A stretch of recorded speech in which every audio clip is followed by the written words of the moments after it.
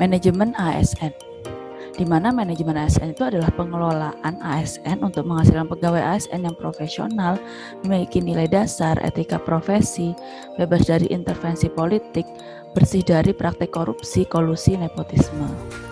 Nah, ada pun juga kedudukan, peran, hak dan kewajiban dan kode etik ASN. Kedudukan ASN di sini sebagai aparatur negara yang menjalankan kebijakan yang ditetapkan oleh pimpinan instansi pemerintah serta harus bebas dari pengaruh dan intervensi semua golongan dan partai politik. Peran ASN di sini untuk menjalankan kedudukan tersebut. Nah, maka pegawai ASN berfungsi sebagai pelaksana kebijakan publik, pelayanan publik, dan perekat serta pemersatu bangsa. Fungsi dan tugas ASN yang pertama adalah melaksanakan kebijakan yang dibuat oleh pejabat pembina kepegawaian sesuai dengan ketentuan peraturan perundang-undangan. Yang kedua adalah memberikan pelayanan publik yang profesional dan berkualitas. Yang ketiga, mempererat persatuan dan kesatuan negara kesatuan Republik Indonesia. Nah, kemudian ada hak ASN. Nah, tadi terkait hak dan kewajiban, di sini kita jelaskan terkait hak ASN, di mana hak itu segala sesuatu yang patut atau layak diterima agar dapat melaksanakan tugas dan tanggung jawabnya dengan baik, dengan meningkatkan produktivitas, menjamin kesejahteraan ASN dan akuntabel. Nah, di sini ada antara PNS dan P3K, ada yang beberapa sama, ada gaji dan tunjangan, cuti, perlindungan dan pengembangan kompetensi. Yang membedakan di jaminan pensiun dan hari tua yang diterima oleh PNS tapi tidak diterima oleh P3K. Kewajiban ASN. Nah, di sini kewajiban ASN adalah sesuatu yang patutnya menjadi tanggungan yang harus diberikan dan bersifat kontraktual. Di mana kewajiban ASN harus setia dan taat Pancasila, Undang-Undang Dasar, NKRI, dan pemerintah yang sah. Kemudian menjaga persatuan dan kesatuan, melaksanakan kebijakan yang dirumuskan pejabat pemerintah yang berwenang, menaati ketentuan peraturan perundang-undangan. Adapun kode etik dan kode perilaku ini bertujuan untuk menjaga martabat dan kehormatan ASN. Yang pertama, melaksanakan tugasnya dengan jujur, bertanggung jawab dan berintegritas tinggi, melaksanakan tugasnya dengan cermat dan disiplin, melayani dengan sifat hormat, sopan dan tanpa tekanan, kemudian melaksanakan tugasnya sesuai dengan peraturan perundang-undangan. Saat ini, transparansi gaji, honorarium, potongan, maupun uang makan dapat diakses oleh ASN Universitas Jember pada laman Sister. Pertama, silakan masuk pada laman sister.uneds.ac.id. Kemudian, klik SIMKEU atau Sistem Informasi Keuangan Universitas Jember. Selanjutnya, ASN dapat memasukkan NIP yang dimiliki beserta password. Lalu, klik login. Setelah itu, akan muncul laman daftar gaji, uang makan, sertifikasi dosen, honorarium, maupun daftar notifikasi pada laman SIMKEU. Di sini sudah nampak gaji per bulan beserta potongan terhadap gaji yang ditransferkan kepada rekening ASN. Selain itu, juga terdapat menu uang makan, di mana di sini terdapat besaran uang makan pada setiap bulannya yang ditransfer pada rekening ASN. Selain itu, juga terdapat menu honorarium, di mana apabila ASN berperan sebagai kombi maupun tim SKPI atau sebagai juri pada kepanitiaan lomba, maka di sini akan nampak besaran atau penghasilan dari kegiatan-kegiatan tambahan sebagai dosen penguji maupun sebagai juri atau sebagai task force.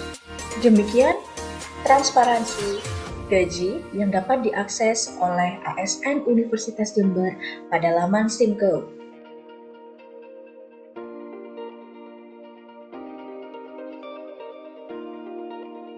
Poin-poinnya.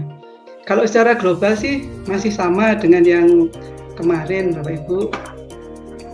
Nah, berikut kami sampaikan SK Rektor nomor 11159 tentang pelaksanaan penilaian PKD, Bapak Ibu.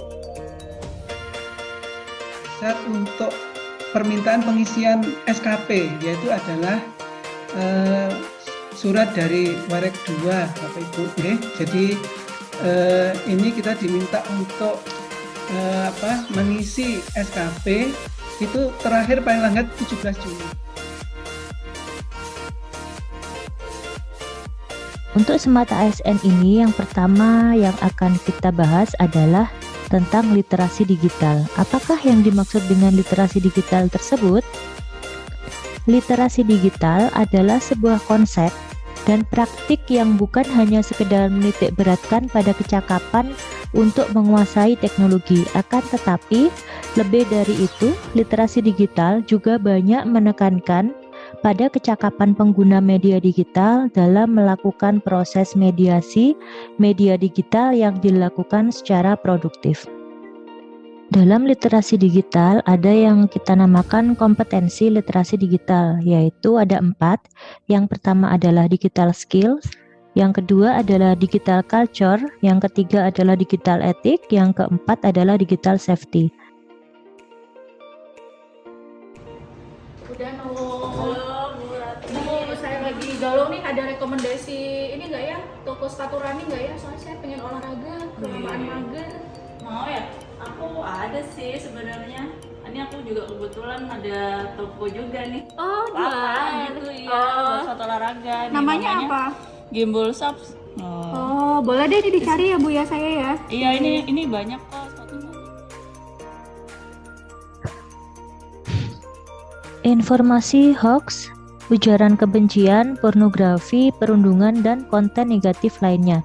Nah, di sini yang dinamakan hoax adalah informasi bohong. Dari tabel yang ada di sebelah kanan bisa kita lihat bahwa paling banyak informasi bohong itu disebarkan melalui Facebook, Twitter, ataupun Instagram dan media sosial lainnya. Bu Ani, saya kok dapat ini ya, WA dari grup ya. Masa katanya tenaga honorer bisa diangkat jadi CPNS tanpa tes? Emang bener ya Bu? Bener ya informasinya? Coba kita cek dulu. Coba dicek di Google Bu. Oh, ini ada infonya, Bu. Ada infonya, wah. Coba kita lihat dulu. Apakah benar Bu? Oh, bukan. Ini berita hoax. Oh alah. Nah, Jadi ini hoax. Nah, iya, ini di sini sudah ada. Sudah diklarifikasi ya sama Iya, Kementerian? sama dinas terkaitnya. Apa yang harus kita lakukan terhadap data pribadi diri kita sendiri? Yang pertama adalah kita harus memahami dan melindungi data pribadi tersebut. Data pribadi umum, misalkan nama, jenis kelamin, kewarganegaraan, agama, tanggal lahir, pekerjaan, dan yang lainnya. Sedangkan data pribadi khusus bisa berupa data kesehatan, biometrik genetika, keuangan, ras, etnis, ataupun yang lainnya. Bu Ami, kok ini Telegram saya banyak banget grup yang nggak jelas ya? Maksudnya tiba-tiba kayak dimasukin ke grup-grup ini, gimana ya? Apa Kita harus ini aja ngapain Bu, nih? privasi aja untuk melindungi data diri. Nah, caranya seperti ini. Ya, Kita buka Telegram. oke. Nah, di sini ada setting. Di sini ada privacy security. Nah, ini bisa kita masukkan kalau seandainya nomor HP-nya mau kita tampilkan bisa di sini di phone number. Dan kalau tidak ingin kita tampilkan juga bisa nanti di situ settingannya. Oh, Nah, oke. untuk grup di sini ada grup and channel. Nah, di sini nanti kita setting aja. Jadi kalau Settingnya punya pas ada saya pilihan ini ini, Bu. my kontak. Nah, di sini nanti ini banyak Bu, ada Oh. everybody my kontak. Nah, ini dibikin my kontak aja supaya hanya yang kontaknya kita save yang bisa memasukkan kita ke dalam grup. Lalu sudah itu aja ya? Sudah itu aja. Jadi tidak ada grup-grup yang tidak benar nanti yang dimasukkan nomor kita. Oke, saya coba ya Bu.